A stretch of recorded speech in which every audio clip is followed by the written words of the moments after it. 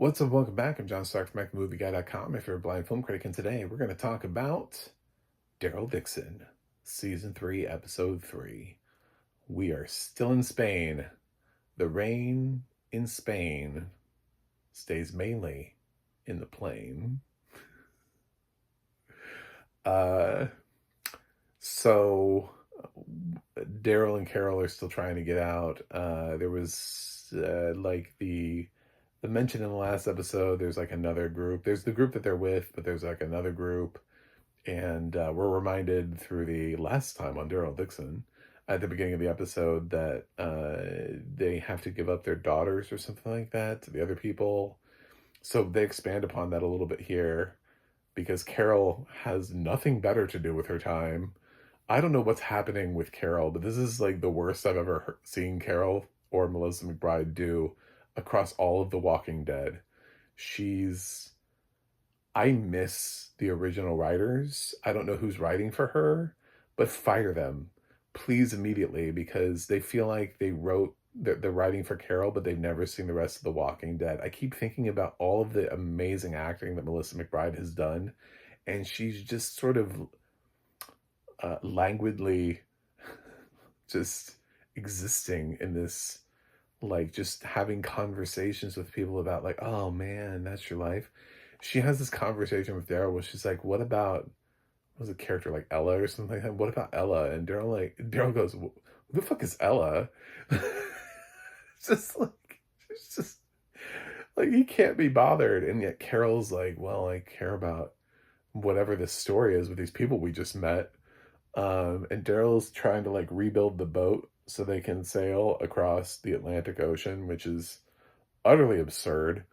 But that's how they want to return home, is in a tiny sailboat that neither of them know how to sail, which is why they're crashed on the Spanish coast to begin with. So he goes off with uh, the young guy who's been in the past couple episodes. I don't know what his name is.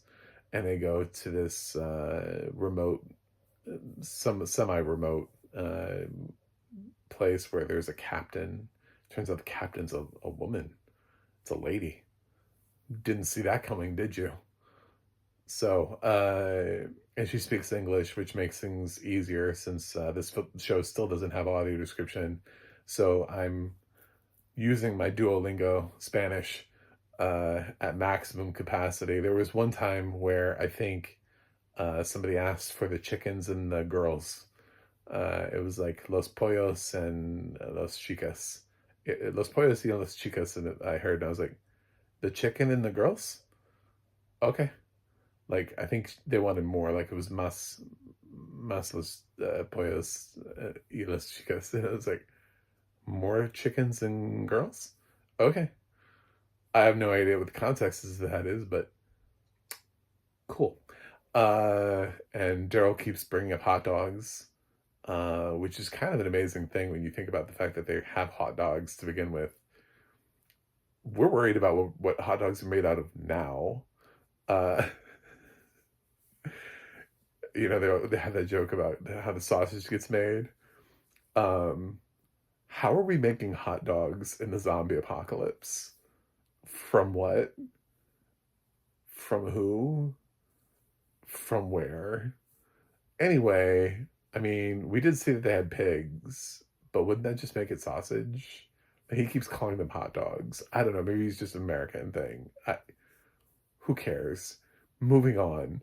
So, um, Carol's going to find out that they're saving film. She runs into a guy, and it's funny because he says the thing is like, if you had the chance to save like a Da Vinci or a Mona Lisa, wouldn't you do that? So this is who what we used to be. This captures people as they were. Of course, we know what would happen about art, because that was a plot line in season 2, was saving art and creating a world around it, was that people did actually do that. So I'm sure Carol just rolled her eyes at it. Oh, yeah, I get it. Whatever. Um, so, and then at the end of it, I think the girl who there's one girl who wasn't chosen, and she feels sad about it because she has like no family, and she wants to like ride off and try to volunteer or change places with this one girl who is there with her mother who was chosen. This is what happens when you have audio description, like half the show's in Spanish. Uh, and then the guy who's leading the other group is like, "Oh, where does she go? Oh, she can't go. What?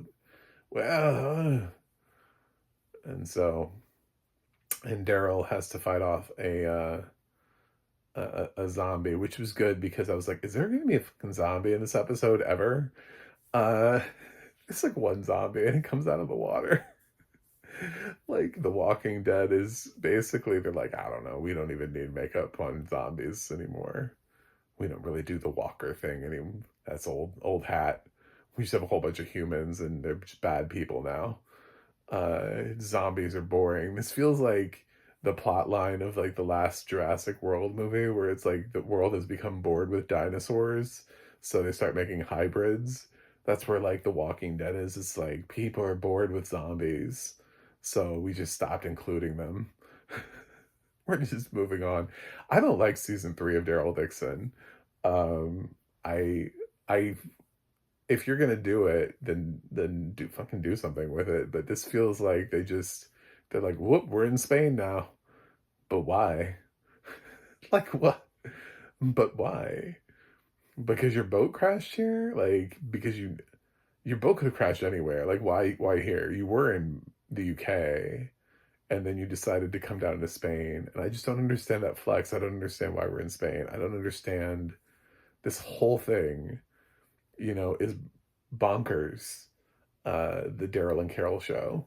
So, and Melissa McBride feels so poorly written compared to where she was when she was reintroduced, compared to everything we saw her in the original flagship show. Like I said, I mentioned, I mean, think about the moments that she had, the look at the flowers. She had the cabin when she's thinking about like all of the kids. She has some really great moments with the king, uh, you know, uh, while she's still sort of mourning and she's somber. There's the whole stuff with the heads on the pikes and how Carol ends up reacting to that because of certain people on the pikes. I That was a pretty spoiler-free version in case you haven't seen the walk. I don't know why you're watching Daryl Dixon without Walking Dead, blind or not. Just go watch the other series. It's way better. Um, but yeah, I and there's one more season because we're going through season 4.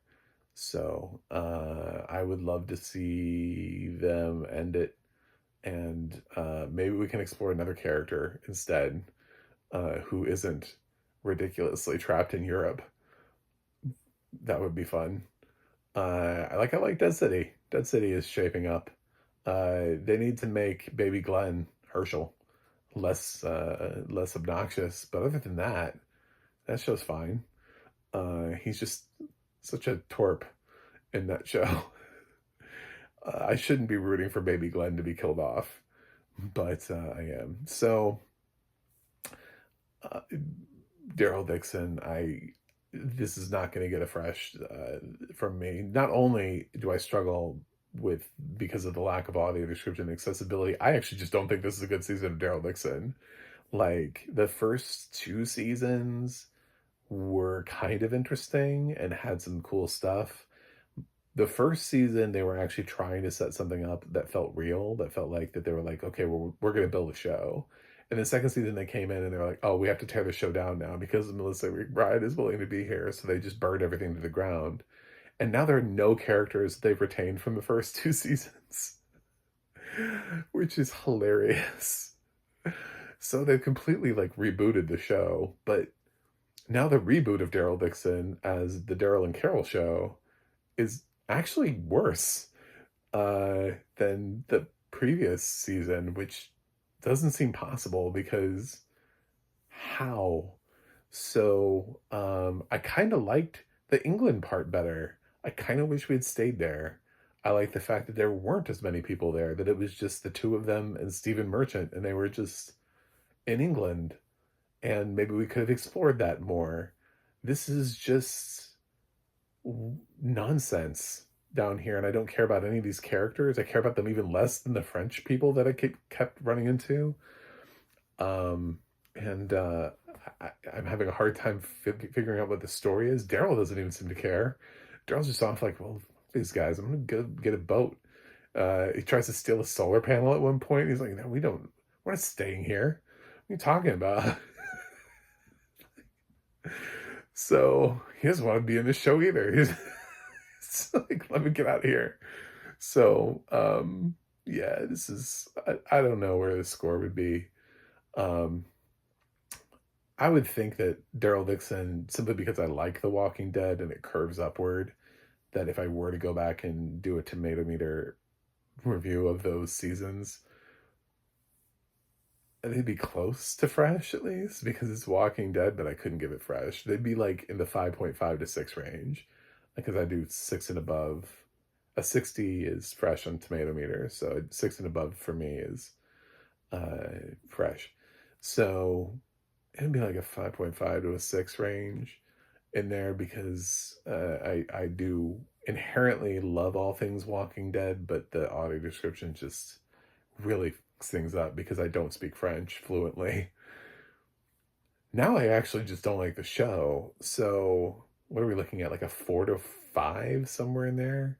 Yeah, this is going to be somewhere between a 4 and a 5, but this is rotten. There's nothing that's really happened in episodes 2 and 3. Episode 1 was fine, and then episodes 2 and 3 were like, what's going on? What are we doing? So, that's it. Thanks for watching. Thanks for subscribing, and I'll be back next week with more Daryl Dixon as we figure out what's going on in the show. See you guys on the other side.